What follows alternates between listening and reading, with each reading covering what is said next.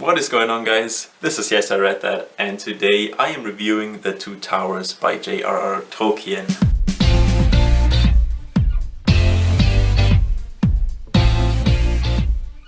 The Two Towers is the second novel in the Lord of the Rings trilogy. If you need an introduction to the series because you're unfamiliar, I recommend you watch my first video, which is up here.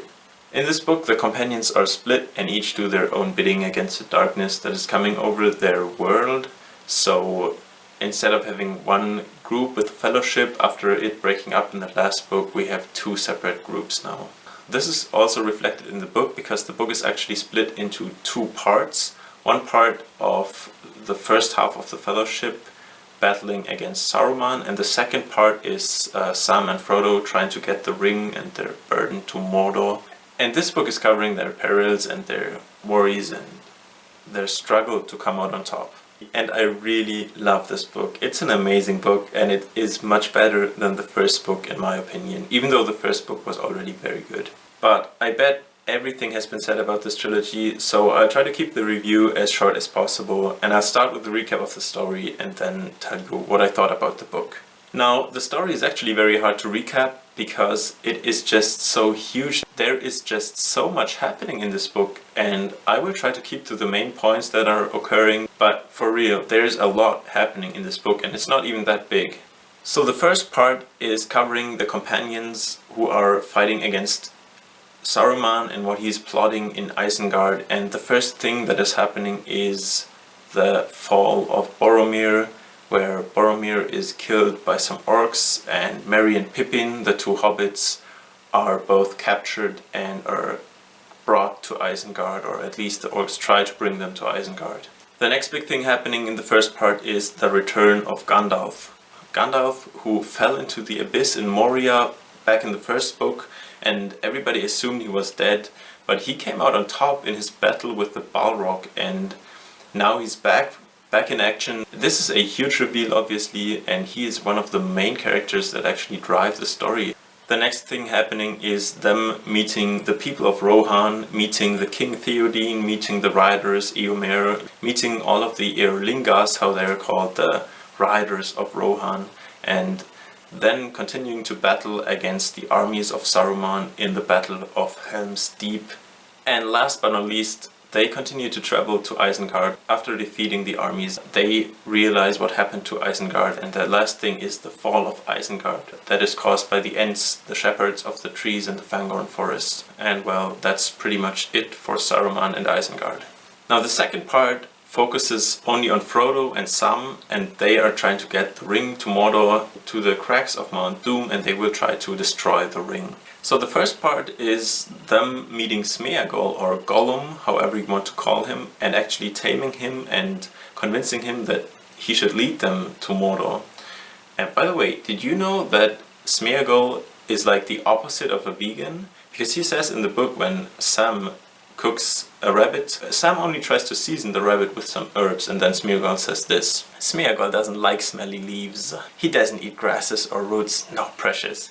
Not till he's starving or very sick. Poor Smeagol. So I just thought that's kind of hilarious, him being like the anti-vegan, the opposite of a vegan, only eating flesh and fish. So Frodo, Sam and Smeagol continue to pass the marshes, to pass along where the Black Gate is, and they cannot get entry. Then they meet Faramir and the Rangers in Ithilien. Finally they continue on to the stairs of Cirid Ungol and the lair of Shelob, the spider. As I said, there's just a ton happening in this book. It's not a huge book, but that's really good, and I'm gonna tell you what I like about this book, and I can already say that most of the stuff I like about the book is something that I like about the whole trilogy, and I said a lot about it in my review of the first book, so if you didn't watch that, then you can watch that. I do a little bit of story recap, and after that I just tell you some of the things that are really amazing about the whole trilogy of the Lord of the Rings. But in this book, I particularly liked how the story was driven a lot harder. The pace was much better than in the first book. The writing is still very exhaustive and it still describes everything in great detail and very beautifully, but still, from the first page on, I was pretty much hooked because It just doesn't keep you hanging at this cliffhanger of what's happening with the Fellowship, but it just goes right back into the action, and I really enjoyed that. And as you can see from all that happened in the story, there's a lot going on, and it's very action-packed, and I think a lot better than the first book. Something else I really enjoyed, even though we don't have a first-person view in this book, the first book was mainly the observer knowing exactly what Frodo knew. In this book, due to the change in view from having two split groups, we have multiple viewpoints. We have the viewpoint of Sam, we have viewpoints of Aragorn, or just different characters, and I think that makes the book a lot more interesting, and for me that was a huge improvement. And the last thing that I noticed is that the characters are a lot more likable than in the movies. They tend to do the right thing a lot more, and they tend to have less conflict, I guess. Like in the movies, we had Faramir trying to bring back Frodo and Sam to Minas Tirith, and in the books that just doesn't happen. Or we have Frodo abandoning Sam, which in the books just doesn't happen. So, in my opinion, the characters try to do the right thing a lot more, which makes them a lot more likable, but on the other hand, I think the movies really give the characters a lot more depth.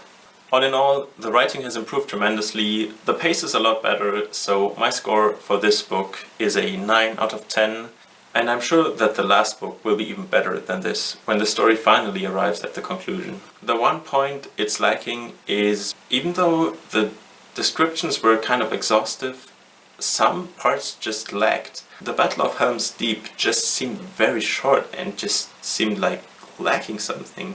And of course in the movies it's a lot more drawn out, with even elves coming to help and all of that, but just the description of the battle in the book is very, very short and just not that epic and not that thrilling.